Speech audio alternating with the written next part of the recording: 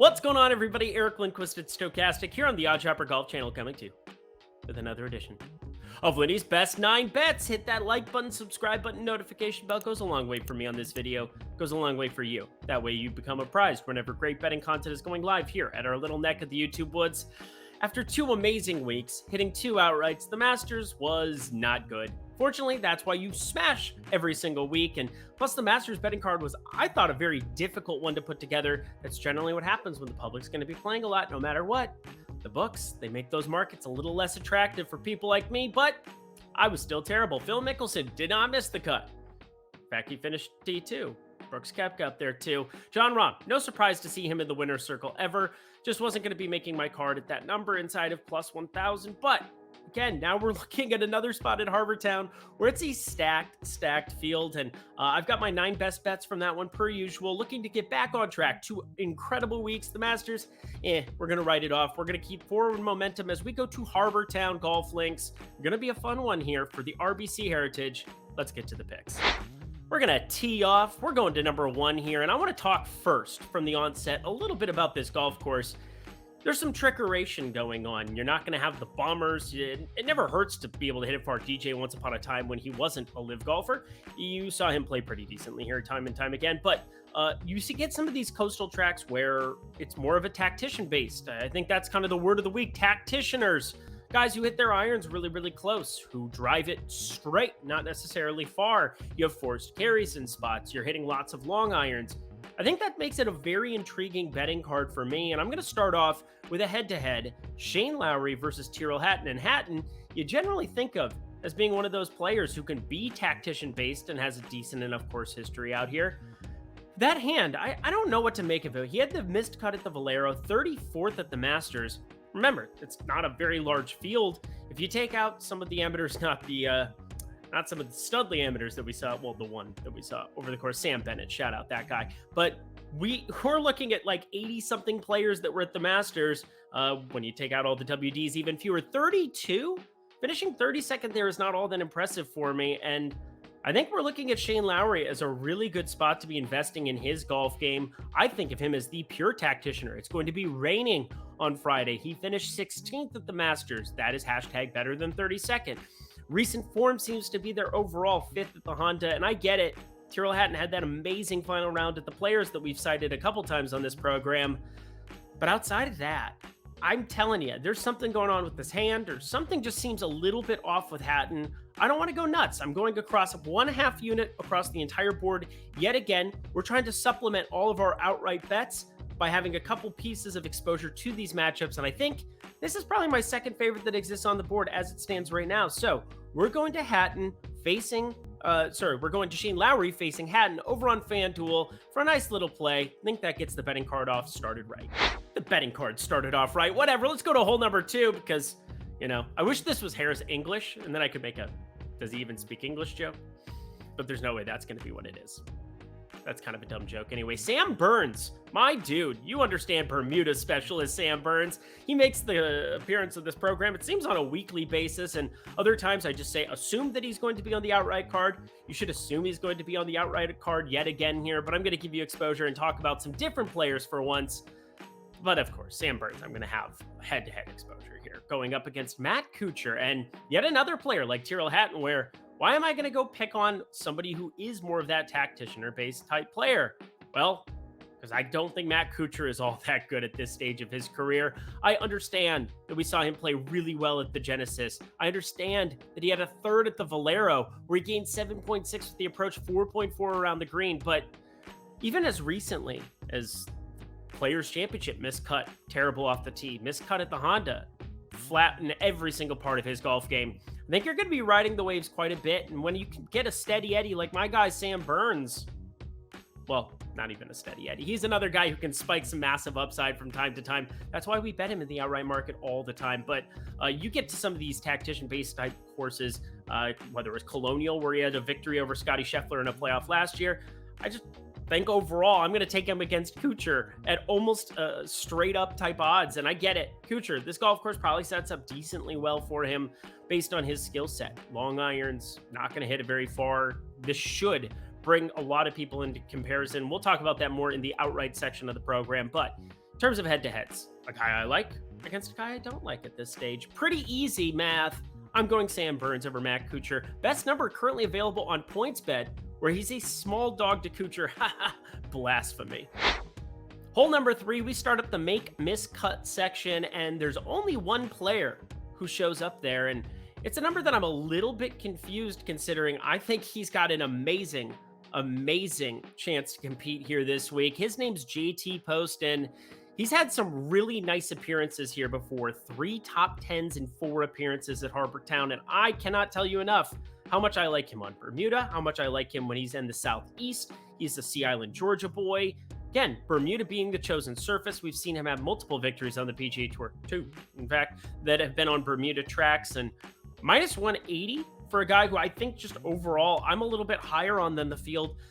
We have a much stronger field that exists here, which is why this number gets as slanted as what it is. But when you start putting up 3 top 10s, I don't care what the field looks like. You're obviously putting something together right on this golf course. So not a huge course history guy overall, but I do think that some of these competitors on the back half of the field, not the Scotty Schefflers, not the John Rahms, who are of course elite players, and you expect to show up whether they're playing a 6,000-yard golf course or an 8,000-yard golf course. Those are 2 extremes that don't really exist, but you know what I'm saying.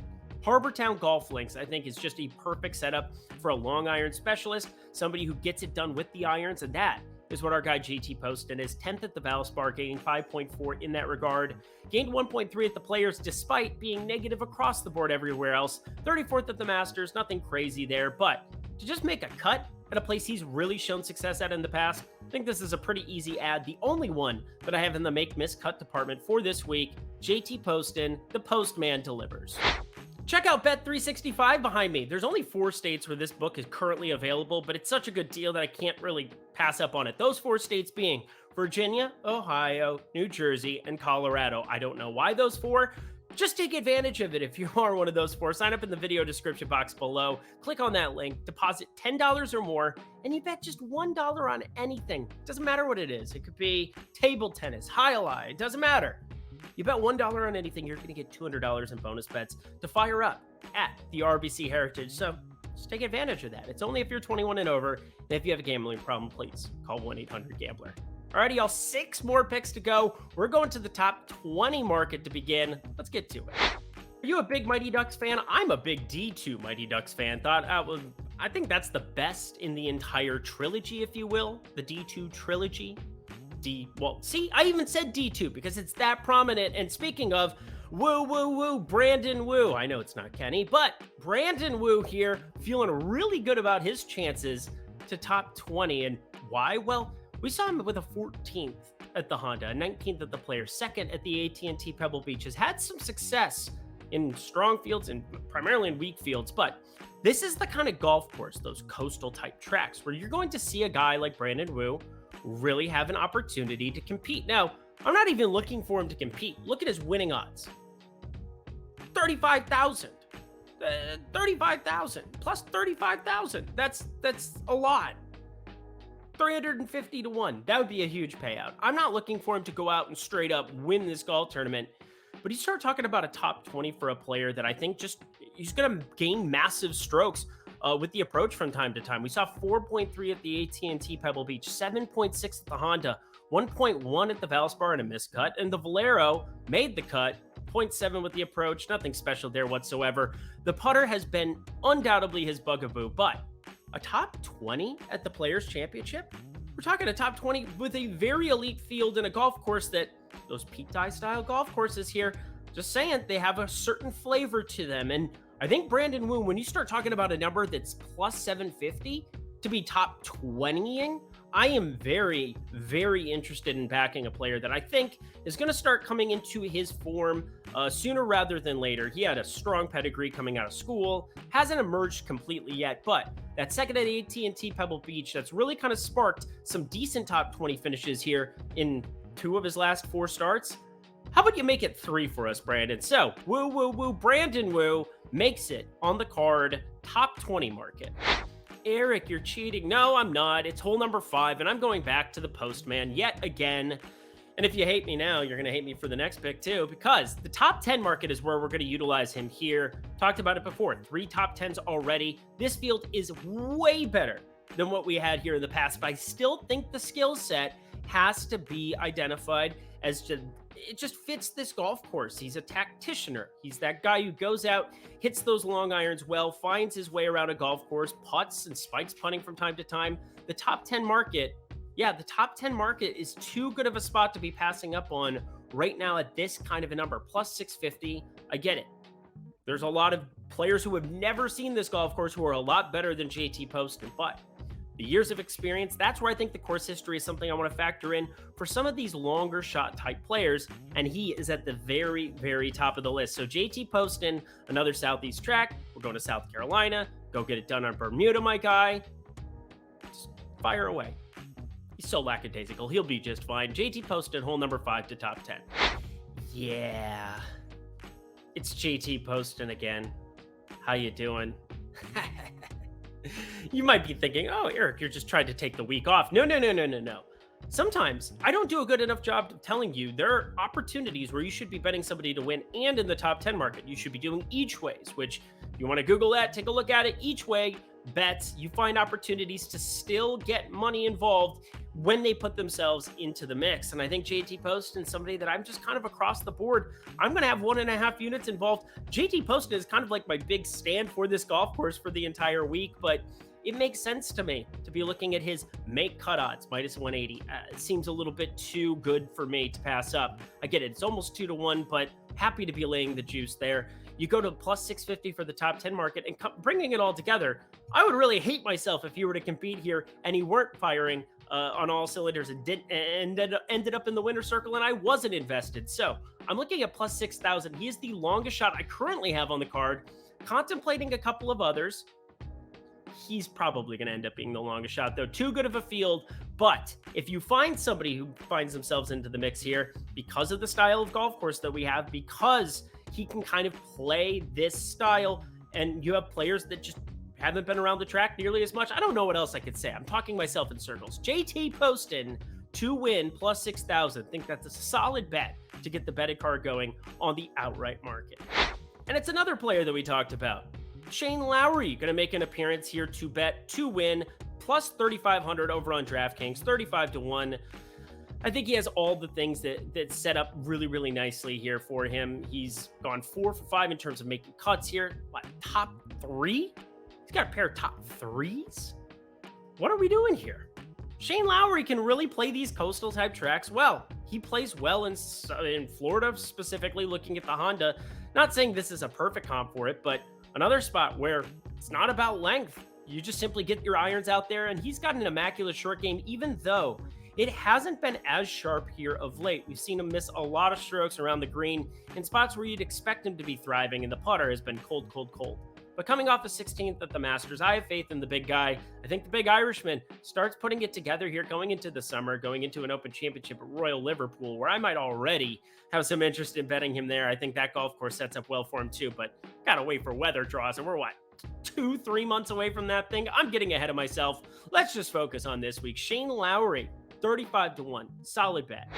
To hole number 8, and this is a player that I didn't necessarily see coming at this kind of a number based on what we just saw last week at the Masters. Hey, I'll take it. Matthew Fitzpatrick, who I think if you were to develop a golf course in a laboratory for him that isn't Brookline, because apparently Country Club, he's just ridiculous. Won a U.S. Open there and a U.S. Amateur there. But outside of that one, because he has a better pedigree, I think you make something close to what Harbor Town looks like. I want to have long irons in play. I want to have neutralized length, even though before he got hurt, he was doing a lot of speed training. It started to see strides in that part of his golf game, but I really feel inspired by seeing a top 10 from him. Didn't break 70 in a single one of those rounds, but again, RBC Heritage coming off a week at the Masters, that golf course I don't think suits him whatsoever. So a top 10 amongst an elite field there gets me really inspired to back him at a golf course like this.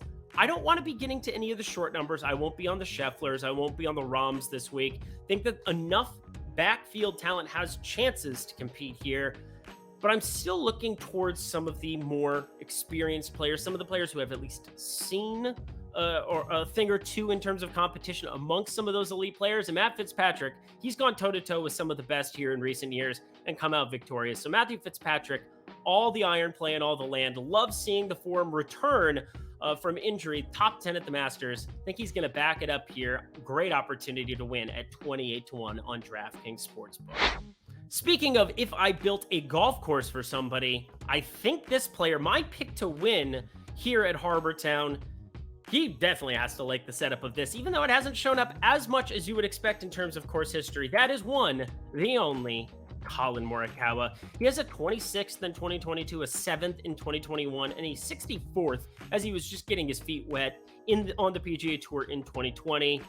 That 7th, he really put himself in the mix and then found ways to just throw it away with the putter on Sunday. But I love what I've seen in terms of iron play on this track the last 2 years. Yeah, finished 26th, finished 7th, but 7.1 and 7.9 strokes gained with the approach. That's this golf course. You have smaller greens. You have less distance demands whatsoever out here. Yeah, Rahm, Scheffler, they're fantastic. But I find Collin Morikawa to still, at this stage in his career, be a better iron player than both.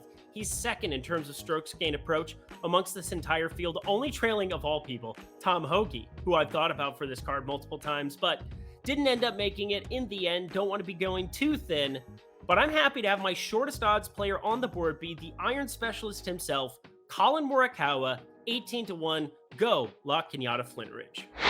And that does it for another edition of Lindy's Best 9 Bets. Let me know your favorite plays for Harbour Town golf links for the RBC Heritage this weekend. Going to be a great tournament to watch, an elevated field event. Always great stuff, just like Bet365 if you're in the states of Colorado, Ohio, Virginia, or New Jersey. Great stuff there as well. Bet $1, get yourself $200 in bonus bets. If you have a gambling problem, please call 1-800-GAMBLER.